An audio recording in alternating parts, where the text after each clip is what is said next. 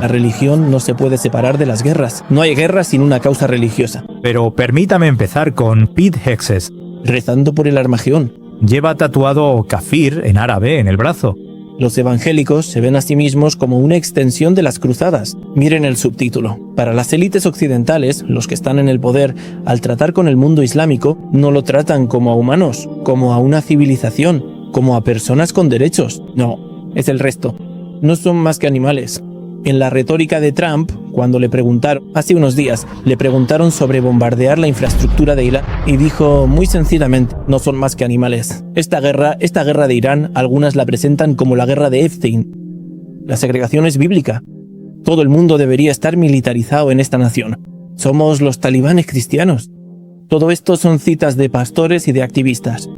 Así que ven estos parches con las cruzadas en los Navy SEAL, en el ejército de los Estados Unidos, incluso en las miras de los francotiradores. Usted hace una distinción entre el buen cristianismo y el cristianismo maligno, este tipo de cristianismo evangélico, pro-israelí y pro-sionista. Ismail Arafat, assalamu alaikum wa rahmatullah y bienvenido a The Thinking Muslim. Alaikum assalam wa rahmatullahi wa barakatuh. Gracias por invitarme. Es un honor, hermano halal. Barakallah fik, y es de verdad un honor tenerte en el podcast. Hoy vamos a hablar de un tema que creo que es muy importante, porque mucha gente está debatiendo las raíces religiosas de la administración actual. Y sé que tú sostienes, y he visto tu entrevista en árabe en el podcast JISR, que fue fantástica, donde hablabas de cómo el lenguaje y el enfoque de la administración actual, la de Trump en los Estados Unidos, refleja profundamente un enfoque civilizatorio hacia el Islam y los musulmanes. Y en realidad no es algo exclusivo de Trump, sino que muchas administraciones estadounidenses anteriores han tenido esta especie de aversión o problema con el Islam, y proviene de estas raíces civilizatorias. Quiero hablar un poco de eso. Pero permíteme empezar con Pete Hegseth, el autodenominado ministro o secretario de Estado para la Guerra, el secretario de Defensa de los Estados Unidos. Quiero decir, cada vez que lo oímos hablar, pensamos que está ejecutando una nueva cruzada. O sea, es un tipo que evoca el lenguaje bíblico cristiano cada vez que, ya sabes, habla. A menudo habla de las oraciones que él y la administración llevan a cabo. Antes de ir a la guerra con Irán, por ejemplo, antes de ejecutar un episodio particular en Irán, siento que hay un trasfondo cristiano, casi un trasfondo cristiano maligno en esta administración actual, y Pete Hegseth creo que él ejemplifica eso. Si no recuerdo mal, tiene tatuado kafir en árabe en el brazo, probablemente de sus días en el ejército. Así que quiero empezar con este hombre en particular. ¿Es una peculiaridad de la estructura de la política exterior estadounidense o refleja algo mayor que simplemente este individuo exagerado o un poco extraño? Bismillahirrahmanirrahim, alhamdulillahi wa salatu wa salamu ala rasulillah wa ba'd. En cuanto a Pete Hegseth como persona, si miras su historia personal, notarás que es una persona fracasada, en realidad. Tuvo 2 divorcios, tuvo conductas sexuales inapropiadas en sus días de militar, trabajó en algunos lugares de donde fue expulsado por faltas éticas. Tuvo este juicio donde tuvo que llegar a un acuerdo con una mujer por una presunta violación por $50,000, según recuerdo. Y era un detractor de Trump. De hecho, atacaba a Trump día y noche, y luego cambió de postura. Así que, en cuanto a su vida personal, no es tan importante. Cierto. Pero lo que realmente importa es que si miramos a Pete Hegseth como la punta del iceberg, ahí es cuando las cosas se ponen interesantes. Bajo este iceberg hay toda una montaña del movimiento evangélico, del movimiento de extrema derecha en Occidente, sobre todo en Estados Unidos. Y ya verán, su libro, La Cruzada Americana, publicado en 2020 o 2022, es un ejemplo de cómo el movimiento evangélico trata a los musulmanes, cómo los ve. Para Pete Hegseth, en su libro, un buen musulmán es solo aquel que se cambia el nombre. No se pone nombres árabes ni nombres musulmanes. Se subordina totalmente a los valores estadounidenses. No muestra nada de Islam público, ni rituales musulmanes públicos, ni dichos musulmanes públicos. Es un ciudadano totalmente estadounidense. Ese es un buen musulmán para Pete Hegseth. Ahora, si vemos a Pete Hegseth como la punta del iceberg, como he dicho, si lo vemos así, la cosa se pone interesante y podemos entender por qué alguien así fue al Pentágono. Da un sermón semanal, ya saben, estuvo en la Casa Blanca hace 2 meses, en febrero, e hizo este grupo de oración donde todos deben decir aleluya, decir amén y rezamos por Trump. Y vemos a Marco Rubio haciendo la señal de la cruz. ¿Qué está pasando aquí? Es interesante y gracias por tener esta conversación. Creo que es muy importante en estos tiempos. Sí. Con Pete Hegseth, su argumento es que él, en cierto modo, ejemplifica algo más grande. Y noto que habla mucho del lenguaje, y en particular sostiene que Donald Trump, Yoav Gallant, el ministro de Defensa de Israel, Madeleine Albright, exsecretaria de Estado con Bill Clinton, usan sistemáticamente el lenguaje para deshumanizar a los musulmanes. Así que hay un hilo, una conexión entre estos individuos tan dispares que parece que políticamente pertenecen a la izquierda, a la derecha, algunos son extranjeros, pero en su forma de articular su postura sobre los musulmanes hay una similitud inmensa. ¿Se entiende esto mejor en un marco de ruptura o diferencia de civilizaciones? ¿Entre Occidente por un lado y el Islam por el otro? Tomaría prestado el libro de Neil Ferguson, Occidente y el resto. Para muchos occidentales, las élites, los que están en el poder, cuando tratan con el mundo islámico, no lo hacen como con humanos, como una civilización, como personas dignas de derechos. ¿No es el resto? Entonces, ¿qué es este restón? Son solo, que Dios les honre a usted y a los oyentes, son solo animales, como dijo Trump, como dijo Madeleine Albright. Madeleine Albright, en 1996, era la embajadora de Estados Unidos ante la ONU. Le preguntaron por la muerte de 500.000 niños en Irak debido al embargo y las sanciones. Y ella dijo que el precio merece totalmente la pena. Y esto, también ocurrió en la retórica de Netanyahu, en la de Trump, cuando le preguntaron, hace unos días, le preguntaron sobre bombardear la infraestructura de Irán y dijo sencillamente que no son más que animales. Entonces, ¿por qué hay un patrón en el que durante 20 años, ya sea de izquierda o de derecha, se ve la misma deshumanización? Yo diría que la islamofobia en Occidente no es una excepción, no es una enfermedad que deba ser curada. Creo que, os sostengo que, la islamofobia es una industria. Tiene sus propias leyes. Y este es, por cierto, el título del libro, publicado hace 9 años, en 2017, llamado La industria de la islamofobia. Uno de los ejemplos curiosos, cuando Barack Obama fue elegido o era candidato en las elecciones de 2008, los evangélicos, la extrema derecha religiosa en Estados Unidos, querían retratar a Barack Obama como alguien hostil a los valores estadounidenses. Así que dijeron que esto fue parte del discurso de uno de sus pastores. Existe este hadith, este es el discurso del pastor.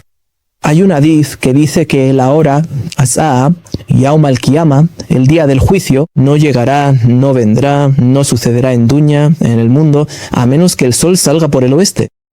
Así que este pastor dijo, esto es un hadith, es una escritura en el mundo musulmán. Y ahora miren el eslogan de campaña de Barack Obama. Es un sol.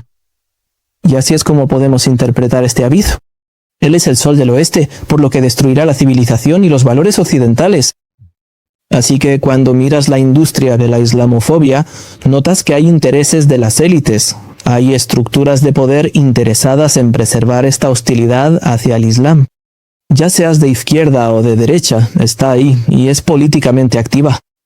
Por ejemplo, uno de los ejemplos mencionados en el libro, esta activista libanesa que trabaja como asesora para uno de los grupos de presión de extrema derecha, y sus ingresos anuales son de casi $500,000.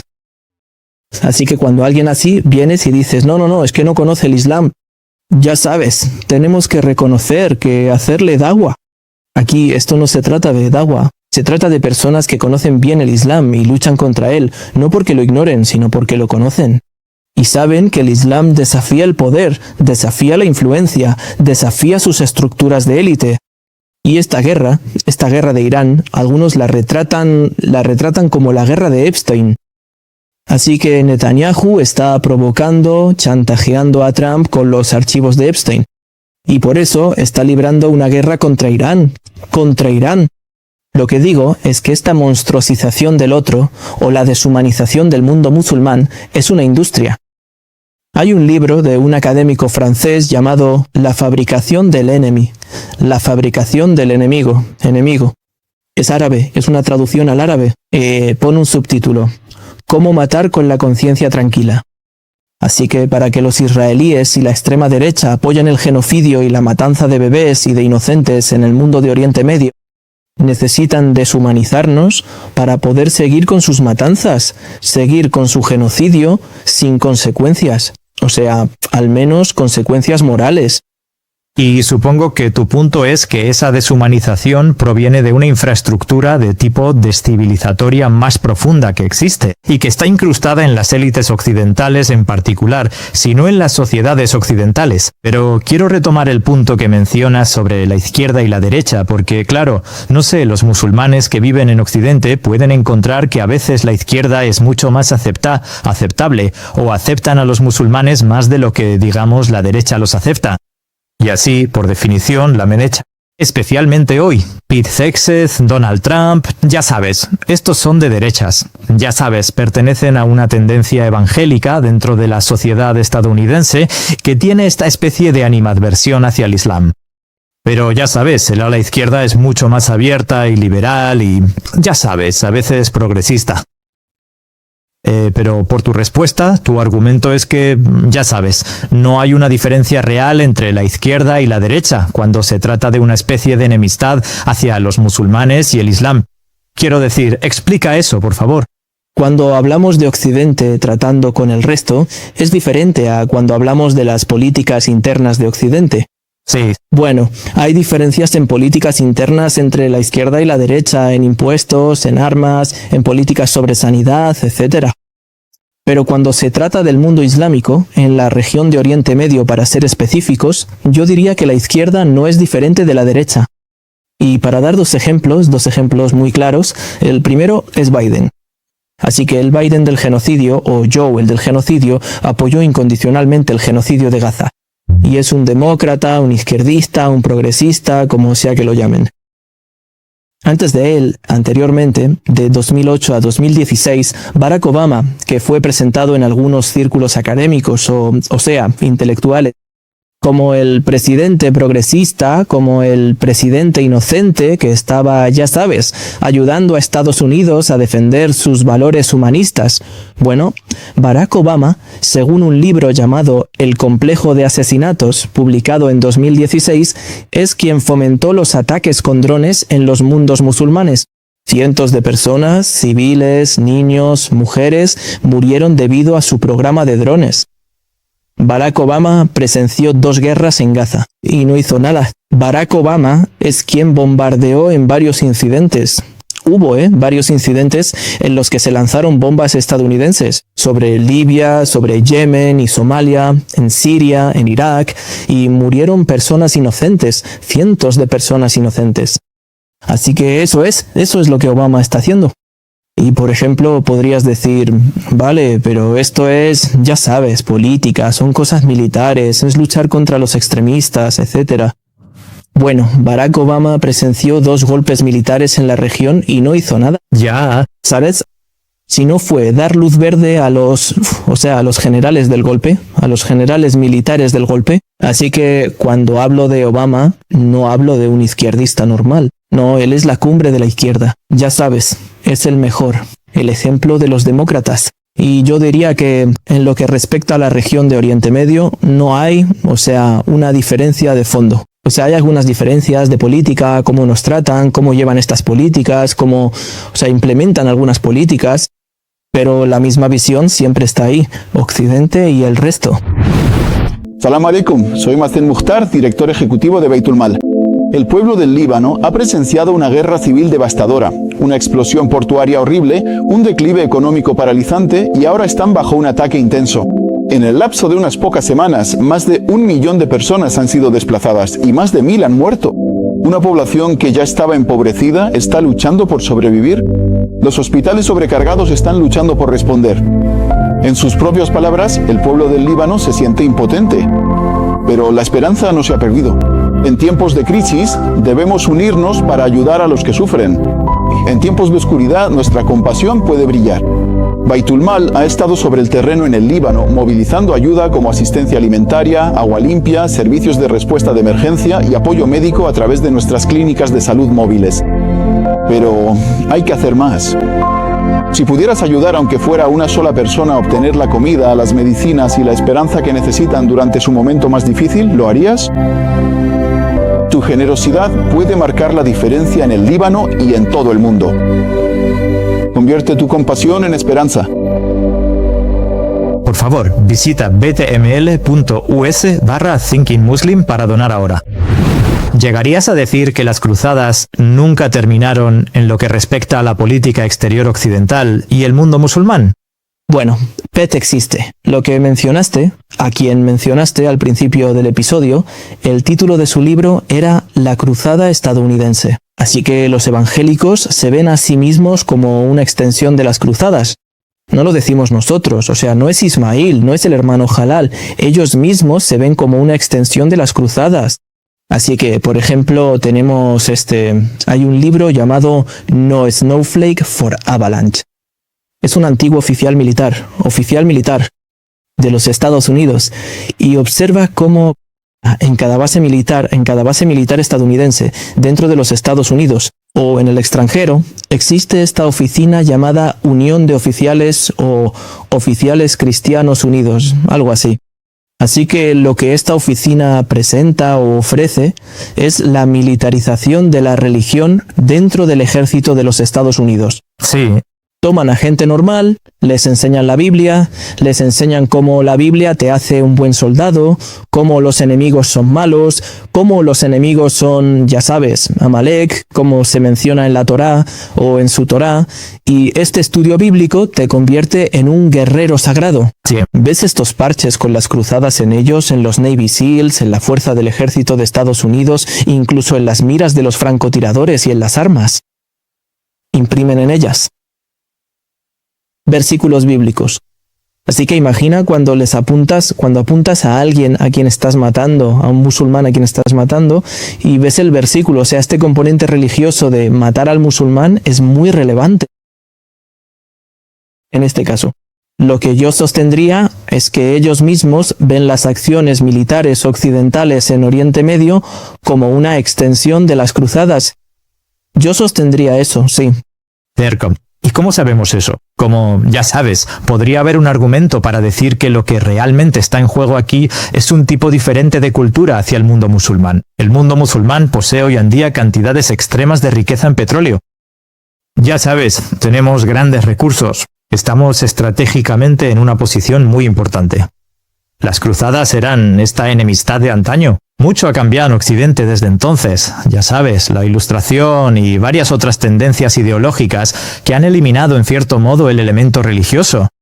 Supongo que el punto que muchos izquierdistas plantearían es que la enemistad que vemos en este momento hacia Irán, hacia los países musulmanes, es más estratégica. Se trata más de poder, se trata más de recursos, en lugar de tratarse de una enemistad más profunda hacia el Islam. ¿Cómo equilibrarías esos factores?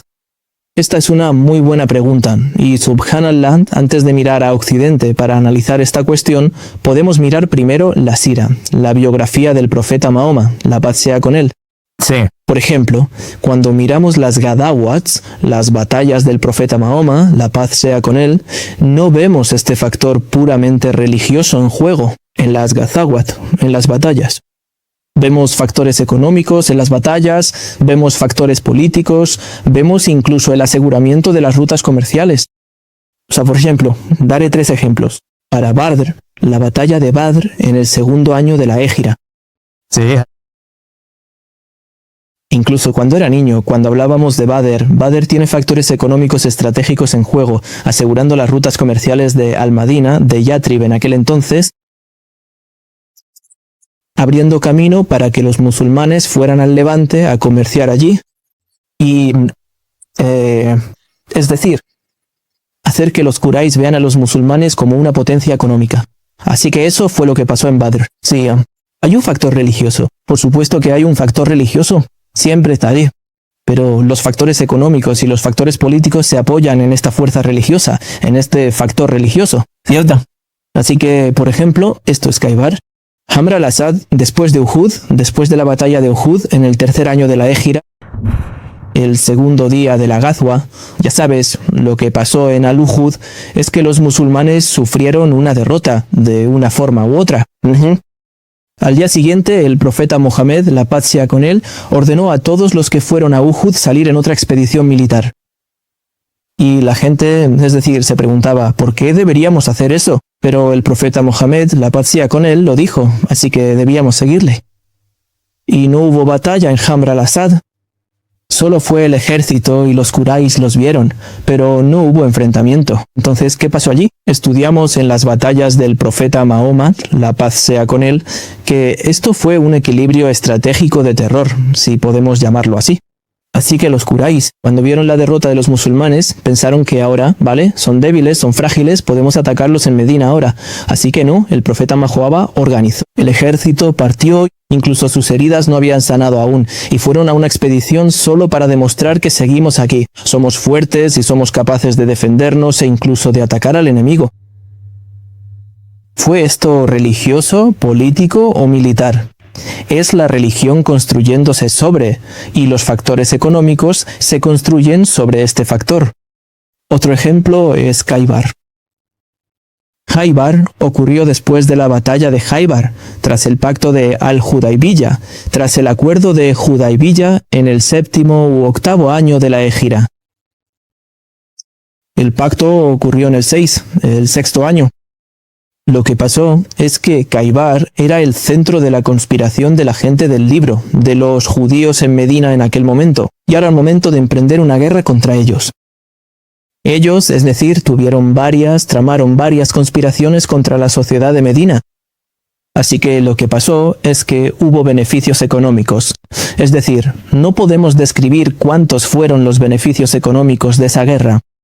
E incluso Sayyida Aisha, que Alá esté complacido con ella, dijo que nuestros estómagos no se llenaron de dátiles hasta después de Khaybar, para indicar cuántas granjas había allí. Sí, entonces, ¿fue esta una guerra religiosa o una guerra económica?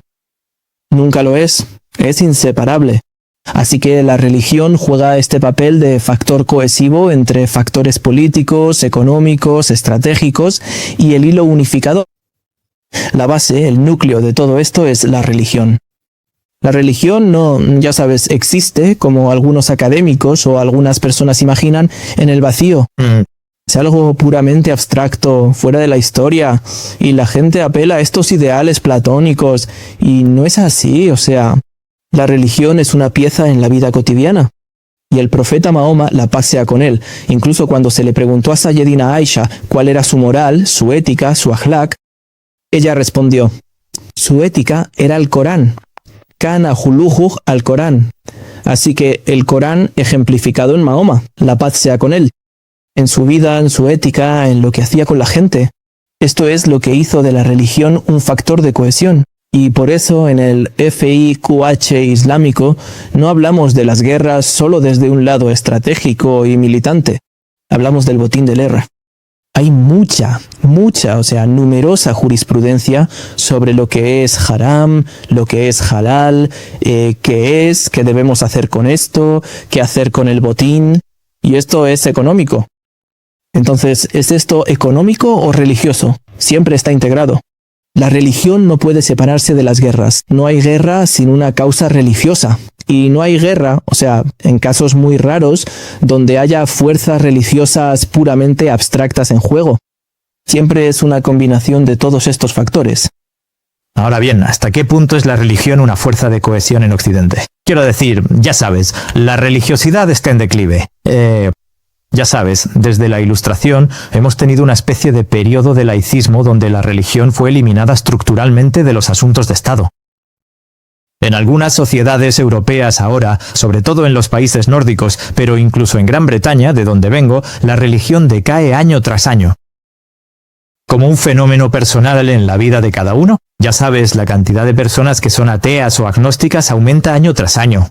En Francia, por ejemplo, o en Suecia, en muchos de estos lugares, Así que la religión está en declive, posiblemente, en Occidente. Entonces, ¿cuánto pueden personas como Donald Trump o Pete Hegseth u otros que quieran instrumentalizar la religión hacerlo realmente con una población que pierde el fervor religioso?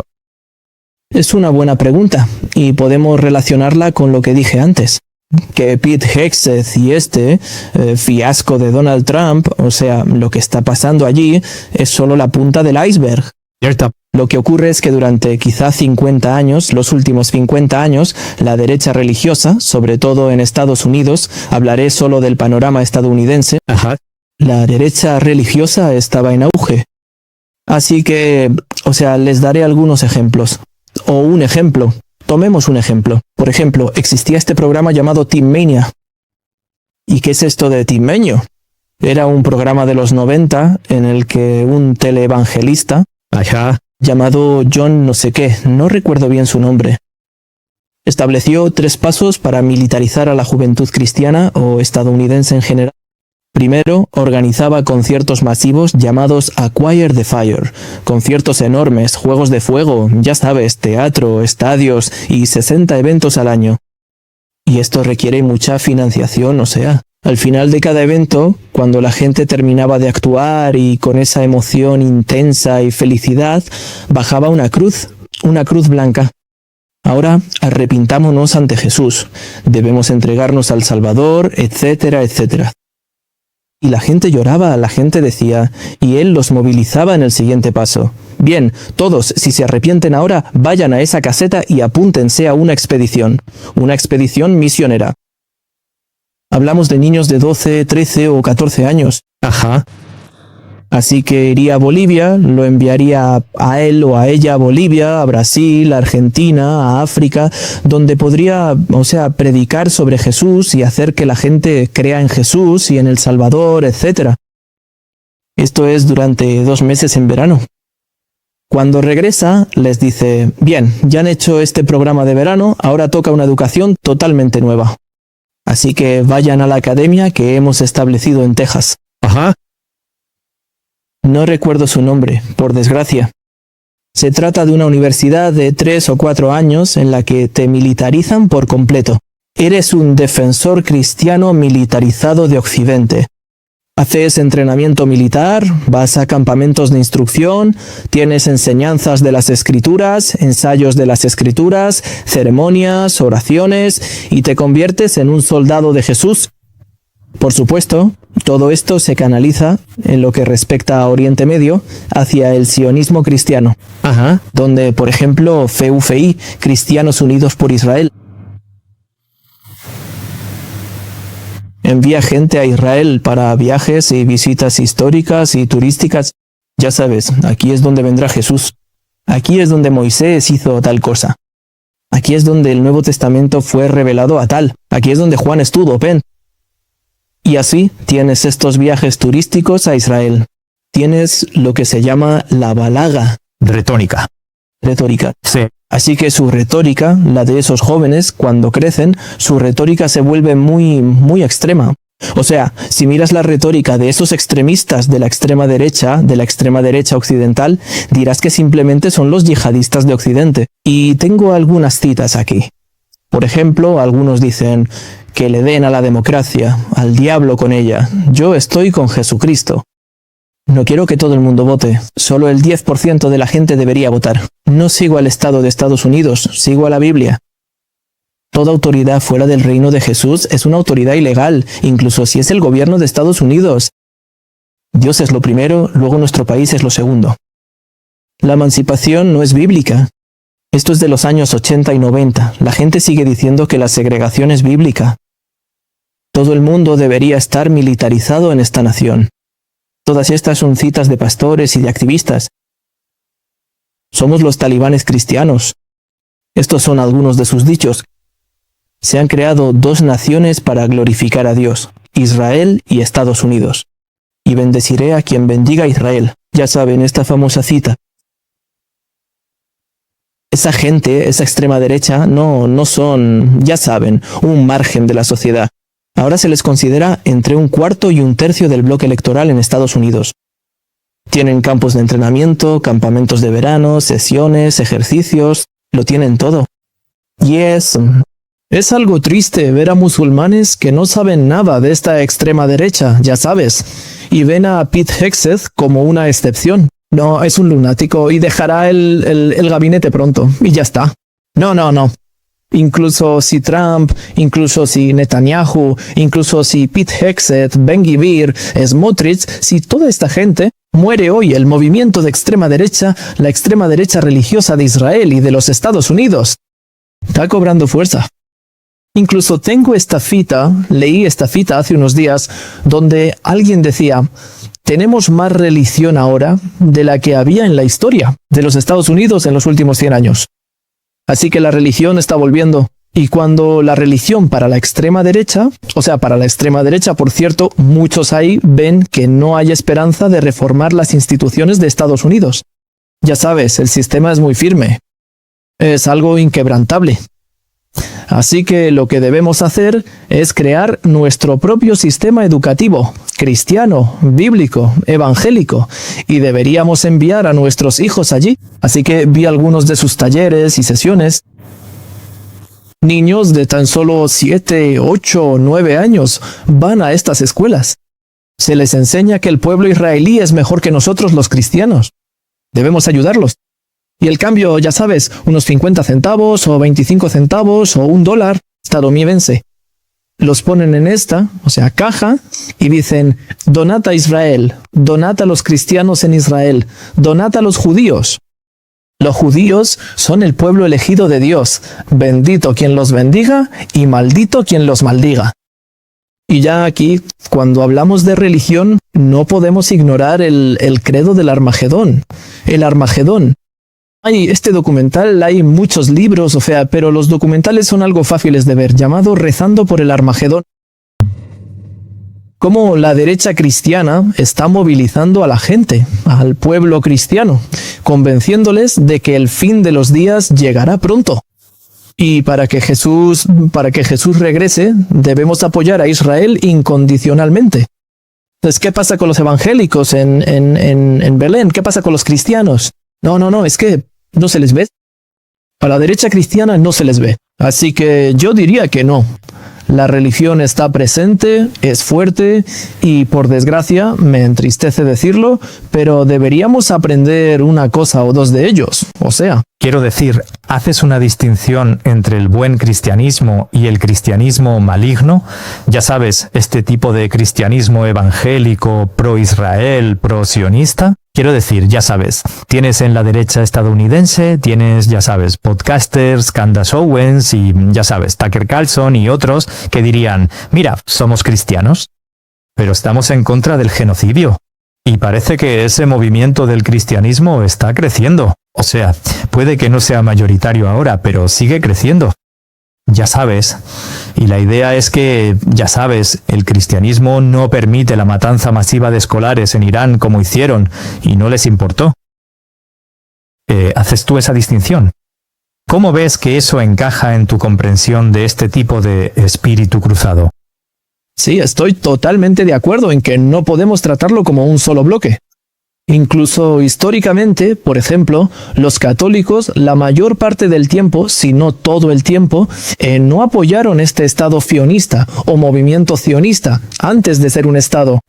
Sí, algunos protestantes, algunos luteranos, algunos protestantes mismos, hasta ahora no están de acuerdo con lo que dicen los evangélicos. Sí. Pero el problema es que los evangélicos tienen una influencia enorme. Desde la Biblia de Scofield a principios del siglo XX hasta ahora, hablamos de miles de millones. Por ejemplo, estaba viendo una conferencia de Zufi, Cristianos Unidos por Israel, y el micrófono, se iba pasando a la gente, ya sabes. Este habla 1 minuto, este dice: donaré 5 millones, donaré 10 millones, ¿Qué cifras son estas? Y todo se canaliza hacia Israel. Por supuesto, este no es el representante exclusivo del cristianismo. No lo es y no debería serlo. Pero por desgracia tienen el poder, tienen el dinero. Los intereses de la élite se están reconciliando con ellos. Por eso Pete Hegseth, incluso Tucker Carlson durante mucho tiempo fue anti-Trump. Y luego se volvió pro-Trump. y luego volvió a ser anti-Trump. El propio Trump dijo en 2018, en una cena en la Casa Blanca a unos evangélicos: «Os he ayudado mucho y esperaba más de vosotros». Y la gente en plan: sí, estamos haciendo más. En 2018, la Embajada de Estados Unidos en Jerusalén, cuando se trasladó a Jerusalén la Embajada de Estados Unidos, cuando se trasladó a esta embajada, el presidente de CUFI estaba allí. Sí. Y cuando hablamos de CUFI y de otros grupos de presión, hablamos de cientos de millones de dólares.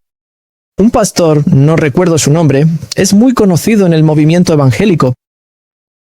Su patrimonio neto es de 800 millones de dólares. Así que no creo que ninguno de los católicos o los protestantes negros u otros grupos protestantes, nadie tenga este tipo de poder, por desgracia. Y hay una conversación que tuviste anteriormente sobre el uso del lenguaje de liberación, ¿sabes? Occidente tiende a ver al mundo musulmán como una parte del mundo que necesita ser liberada. Y ya sabes, lo vimos muy claramente con Irán hace muy poco. Pero podemos remontarnos a Napoleón, ¿eh? Podemos volver a varios líderes de la historia reciente. Y parece existir este deber moral de remodelar la sociedad. O sea, desarrolla eso. ¿De dónde viene eso y por qué existe? Sabes, cuando vas a la historia encuentras un patrón desde el siglo XVIII, el periodo de colonización, hasta ahora. Mencionaste a Napoleón cuando llegó a Egipto en 1798. Sí. Les dijo a los egipcios, y esto se menciona en el libro de Al-Ghaberti, Libros de Historia, es un historiador muy conocido. Dijo: no estamos aquí para combatir el Islam, no estamos aquí para luchar contra los musulmanes, estamos aquí para liberaros de los opresores. Esa misma retórica se usó en 1830 en la colonización argelina por parte de los franceses. La misma retórica se usó en el libro de colonización de Cromer. Cromer fue el líder de la colonización británica de Egipto. Tiene un libro llamado Egipto Moderno. Menospreciaba a los egipcios, incluso a los católicos de Egipto. Sí. Y dijo: no estamos aquí para luchar contra el Islam, estamos aquí para combatir a los opresores de este pueblo. Esto también se mencionó en el evento de 1920, en lo que se llama Gurao, Nam Gurao. En palabras de su lugarteniente, Anji Gugro veía su misión como un soldado cristiano que buscaba liberar a los pueblos de Siria y el Líbano de los opresores. Lo mismo dijo Netanyahu en 2024 cuando estuvo en un podcast estadounidense con dos jóvenes. Dijo: estamos librando una guerra contra Hamás para liberar al pueblo de Gaza, liberar a las mujeres de Gaza de la opresión. Esto también lo dijo Trump en 2024, creo que el mes pasado. No estamos luchando contra el pueblo iraní, los estamos liberando de los opresores. Ahora, curiosamente, hermano Halal, lo mismo dijo Abu Jahl en tiempos del profeta Mahoma, la paz sea con él, antes de la Ghazwa de Badr, antes de la batalla de Badr. ¿Sabes? Los musulmanes decían la ilaha illallah, y los Quraysh, la sociedad de la Meca, eran politeístas, así que conocían a Allah. Y sabes, en cierto modo odiaban luchar contra gente que decía la ilaha illallah. O sea, vale, somos politeístas, ellos monoteístas, pero bueno, las cosas no deberían llegar a este punto. Así que Abu Jahl dijo: no estamos luchando contra Allah, estamos luchando contra esa gente que oprime y hace cosas malas. Así que es la misma retórica, sosteniendo lo que podemos llamar la visión orientalista, la cosmovisión orientalista. Y esto, como mencionamos antes, no se trata de demócratas, republicanos, el Tea Party, el Partido Laborista, el Partido Republicano.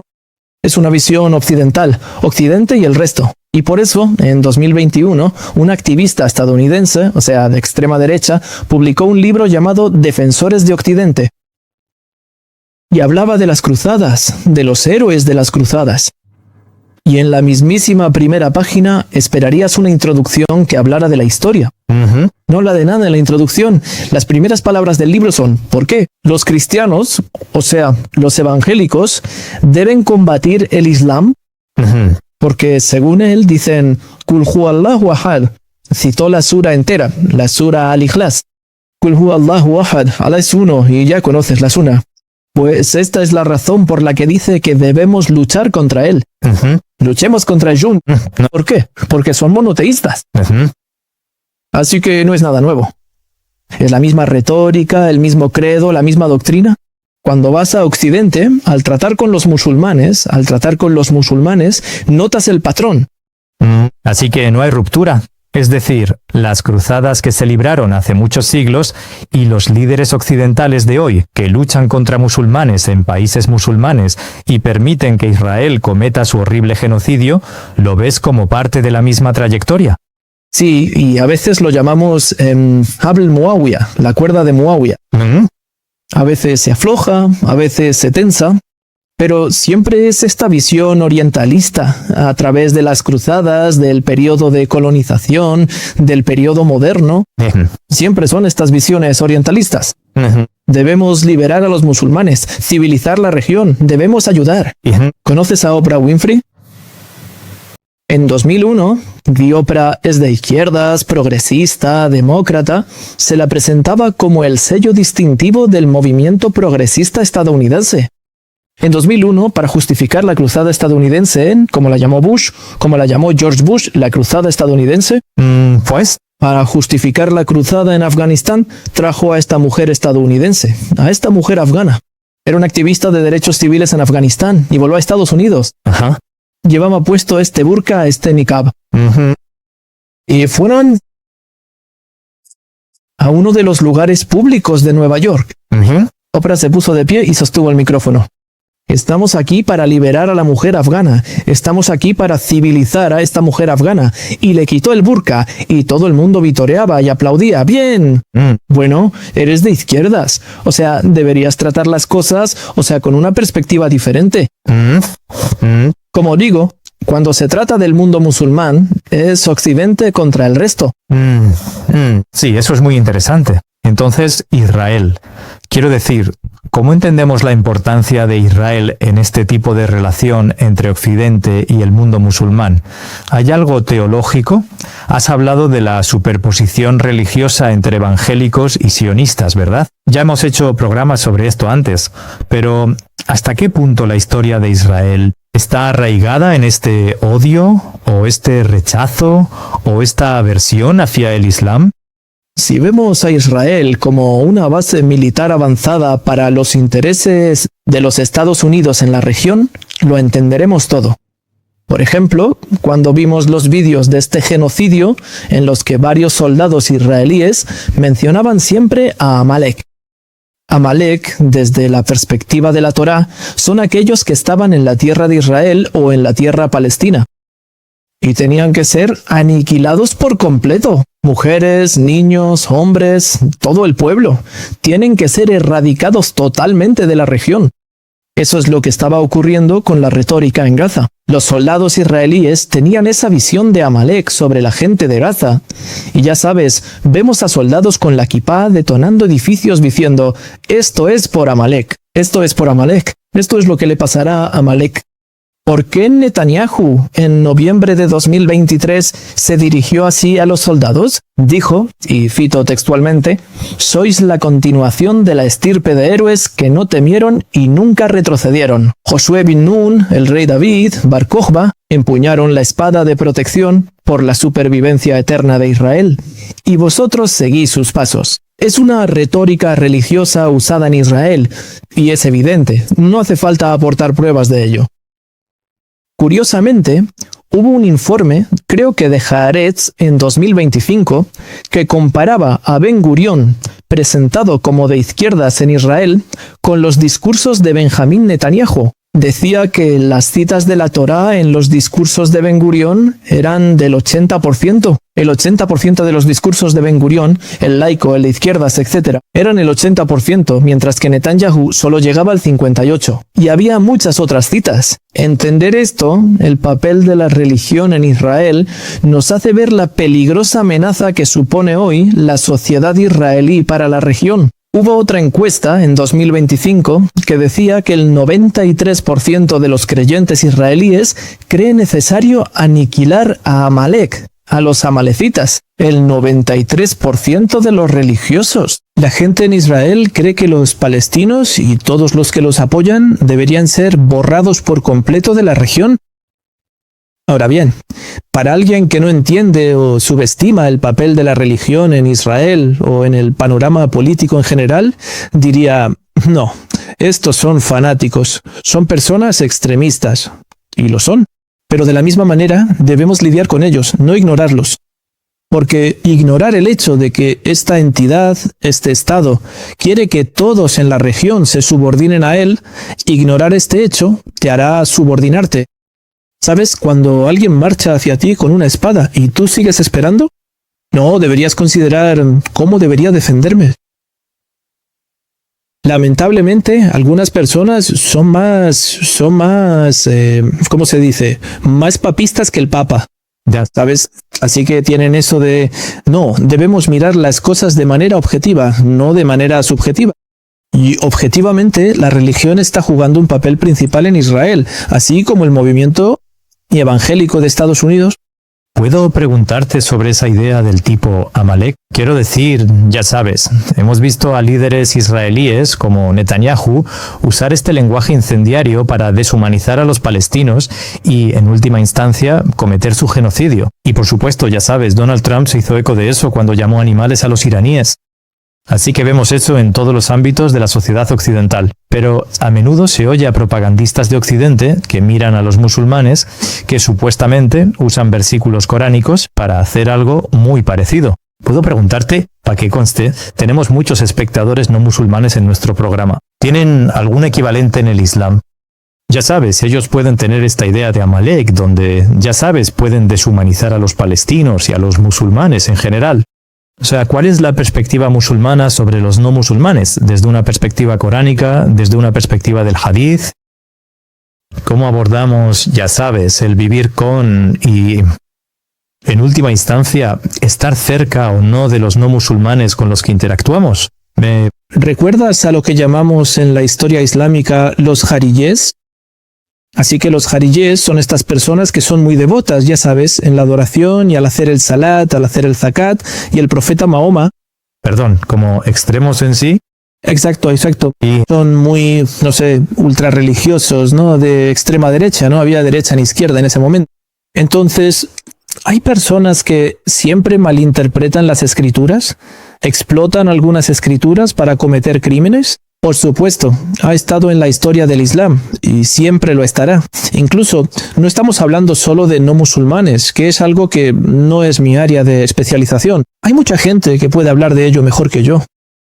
Pero, por ejemplo, esos jaríes, que son como los extremistas, como dijiste, mataron a los sahaba, los compañeros del profeta Mahoma, en el nombre de Alá.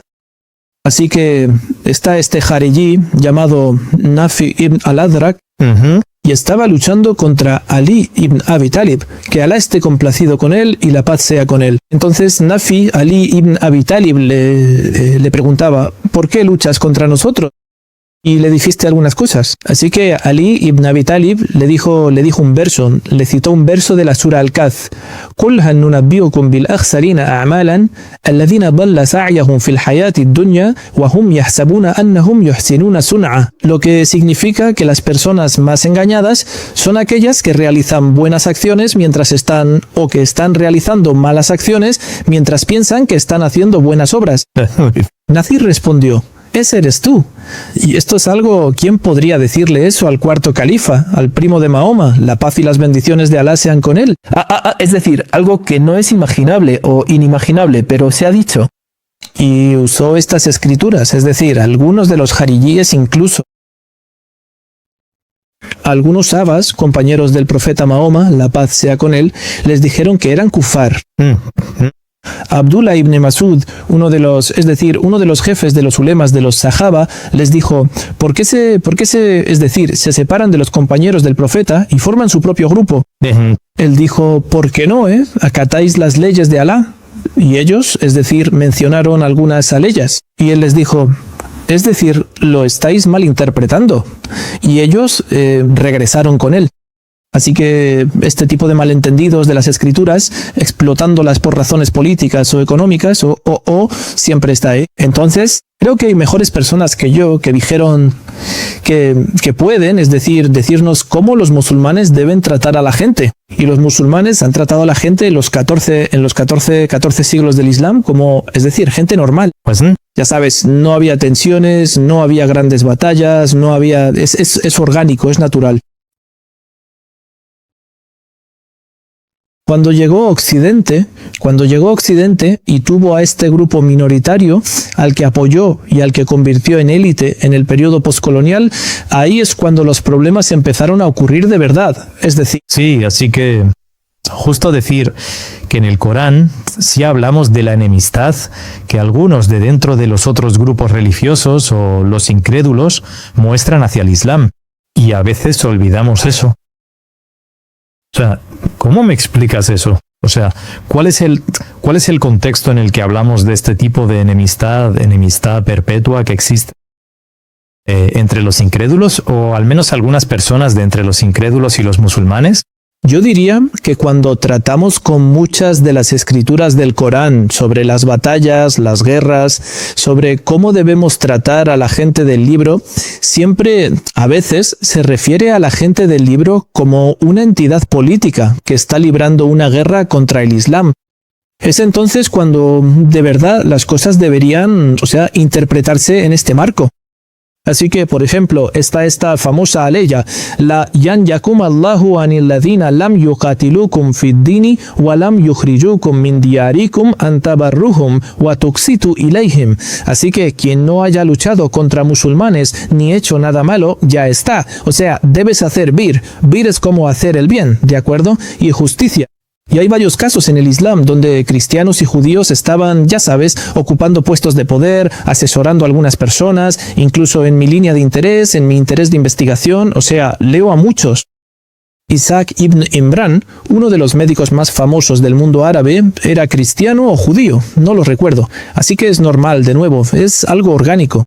Pero cuando se trata de la élite, es un tema totalmente diferente. Así que, por ejemplo, este tema de la élite, este término de élite, se usa en el Corán, al-Malá. Entonces, cuando hablamos del Mala, lo primero que notamos sobre el Mala es que comenzó con Noé, con Nuh, alayhi salam, la paz sea con él. Y lo que es interesante es que Noé es el primer profeta para la humanidad. Porque en ese periodo, como se narra en Al-Bukhari, la gente se volvió politeísta, así que existía esta comunidad de politeístas que se oponía a la da'wa del Islam o a la da'wa del monoteísmo. Fue entonces cuando se mencionó al-Mala. Así que al-Mala o la élite se mencionó en Noé alayhi salam, en Shuaib alayhi salam, en Musa alayhi salam, Suleimán alayhi salam, Daud alayhi salam, en Nabi Muhammad, el profeta Muhammad sallallahu alayhi wa alihi wa sallam. Se menciona en el Corán. Y la sunna o al mala unil quraishin al intaliqu wasburu ala alihatikum. Así que el profeta Muhammad, una de las escrituras interesantes, cuando terminó la batalla de Badr, el profeta Muhammad sallallahu alayhi wa sallam regresaba a Medina. Así que cuando la gente, los musulmanes de Medina, recibieron al ejército, él dijo, ¿qué habéis hecho?, le dijo un compañero a otro. Entonces un compañero, ya sabes, estaba feliz, estaba emocionado y dijo, Innama kunna nukatilu a Jaliza Sula. Estábamos luchando contra esos viejos calvos de Quraysh. Entonces el profeta Muhammad sallallahu alayhi wa sallam lo corrigió. Qala lahu, dijo, Ya ibn aji, oh hermano, innama kunna nuqatilu haulahil mala. Esos eran la élite del pueblo de Quraysh. Así que el profeta Muhammad sallallahu alayhi wa sallam entiende que estas élites de Quraysh que tienen sus intereses, y esas élites por supuesto se mencionan en los libros. Aqba ibn Abi Ma'ayat, Abu Jahl, Abu Lahab, Amr ibn Rabi'a, Al-Shabd ibn Rabi'a, Umayya ibn Khalaf, Ubay ibn Khalaf, Al-Wayl ibn Al-Az, Al-Walid ibn Al-Mughira y otros, o sea, tenían sus propios intereses. Y por eso en muchas escrituras que tenemos, o sea, de Bukhari y otros, tenemos que la élite de los Quraysh sabe que este profeta es enviado por Alá, que es el mensajero de Alá, pero se oponen a él. Así que no es cuestión de que no conocen el Islam, no, sí conocen el Islam. Y saben que, o sea, entra en conflicto con sus intereses. Y por eso tienen esta enemistad, esta hostilidad hacia el Islam, porque se opone. O sea, por ejemplo, esta gente de Epstein, ya sabes, esta élite de Epstein, cuando vas a ellos, y ya sabes, tiene que haber un sistema de equidad y justicia. Por supuesto, o sea, no te aceptarán. Él, por supuesto, o sea, no te ofrecerá nada más que hostilidad. Así que creo que esto es lo que sucede en el Corán en muchas aleyas. Y concluiré mencionando una aleya sobre el pueblo de Shuaib, alayhi salam, la paz sea con él. Él dijo, "Halú ya Shuaibu, asalatuka tamuluka, an natruka ma yabudu abauna, awan nafala fi amwalina ma nashau." Oh Shuaib, ¿acaso tu religión, esta religión monoteísta, acaso el Islam te ordena que no adoremos a los ídolos de nuestros padres o que no hagamos con nuestro dinero lo que deseemos? Así que entienden que esta da'wa del Tawhid, esta religión monoteísta, tiene condiciones. Ajá. Hay mandatos, hay lo halal, hay lo haram, y la gente odia, la mayoría de la gente no le gusta que alguien diga esto es halal, esto es haram, esto es bueno, esto es malo, esto es moralmente correcto, esto es moralmente incorrecto. A la mayoría de la gente no le gusta eso y entienden que, esto se opone a su deseo de hacer lo que quieran en su vida. Quizás una última pregunta para ti entonces, Ismail. Quiero decir, parece que este espíritu de cruzada está aumentando en Occidente, no está disminuyendo. O sea, sí, una parte es la derecha, pero la derecha está en auge en toda Europa. Vale, Viktor Orbán acaba de perder unas elecciones en Hungría, lo cual es algo bueno. Pero ya sabes, en toda Europa se ve el auge en Gran Bretaña, de donde yo vengo, se ve el auge de la derecha. Y potencialmente incluso, ya sabes, las próximas elecciones podrían llevar a la victoria de un grupo de derecha en particular en Francia. Estuve en Francia el pasado fin de semana. Y hay una conversación muy seria entre los musulmanes sobre el Frente Nacional, que durante mucho tiempo siempre fue segundo en las presidenciales y que de hecho podría ganar las elecciones. Y el Frente Nacional tiene una retórica profundamente islamófoba y antiislámica. Y, por supuesto, en Estados Unidos, como bien has descrito hoy, ya sabes, hay un aumento de ese tipo de aversión, odio y enemistad que existe entre las élites. Y eso está calando en todas las sociedades occidentales. Y, ya sabes, yo vengo de Occidente, vivo en Gran Bretaña. ¿Cómo afrontan los musulmanes seriamente este auge del fervor religioso del que hablas hoy? En plan, ¿qué podemos hacer con sensatez para abordar estas preocupaciones? Quiero decir, esto da para otro episodio. Es una pregunta muy grande. Sí. Y puedo concluir con dos observaciones aquí. La primera es que podemos aprender algo, tal como dije antes. Podemos aprender una cosa o dos. ¿No? La Universidad Brayer. Prager University es un canal de YouTube muy conocido entre activistas. Ofrece material educativo. Este canal acabó evolucionando en toda una, no universidad, sino una plataforma educativa. Ofrece sesiones, talleres, recorridos e incluso tiene, según dicen, no hay confirmación, 4 millones de padres y educadores suscritos a sus boletines infantiles. Así que hablamos de un impacto muy grande en la sociedad estadounidense. En 2016 fue el pico de, ya sabes, el sentimiento contra Prager University. Prager University en 2015, en junio de 2015, recibió el apoyo de Trump en la Casa Blanca. Lo aceptó, lo apoyó y, por supuesto, esto le dio un impulso enorme en sus plataformas. Prager University enseña sobre el Islam y dice que no existe el musulmán moderado. Todos son radicales, todos son extremistas, todos son yihadistas, etc. Curiosamente, en un mes, Prager University pudo recaudar de donantes individuales, no institucionales, individuales, $480,000. Imagina esa cifra. No busco el número exacto, sino esta donación educativa con fines religiosos. Ya sabes, porque muchas de las donaciones para el mundo islámico dicen que vayan a los pobres, alimentadlos. Que vayan a los huérfanos, alimentadlos. Humanitarias. Ayudas humanitarias. Esto está bien, está ordenado en la Sharia, esto tiene un thawab muy grande, mucha hasanat. Pero la ayuda humanitaria en sí no es beneficiosa estratégicamente. Sí. Porque darás comida. ¿Hasta cuándo? Entonces, ¿cuándo forjaremos el carácter de estas personas, las mentes de estas personas, los corazones de estas personas? Así que, este es un llamamiento, Yanni, que puedo hacer desde esta humilde posición. Puedo hacer un llamamiento a los musulmanes de Occidente.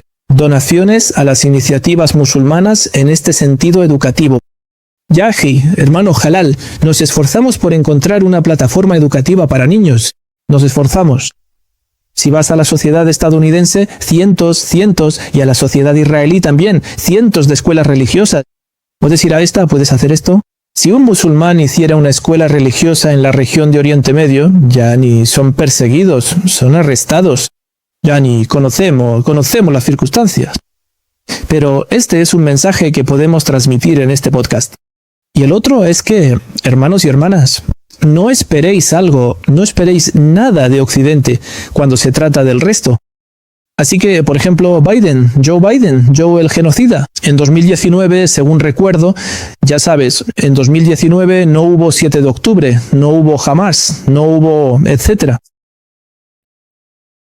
Dijo que una de sus principales prioridades en su periodo presidencial sería luchar contra el Islam radical de Recep Tayyip Erdogan en Turquía. Así que, ya sea Recep Tayyip Erdogan, que para muchos occidentales, de las élites occidentales, era un ejemplo del Islam moderado, ya sea Recep Tayyip Erdogan, sea Hamas, sea Irán, sea X, sea Y, sea Z, siempre es el Islam. Cuando se convierte en un proyecto político, es un problema para Occidente.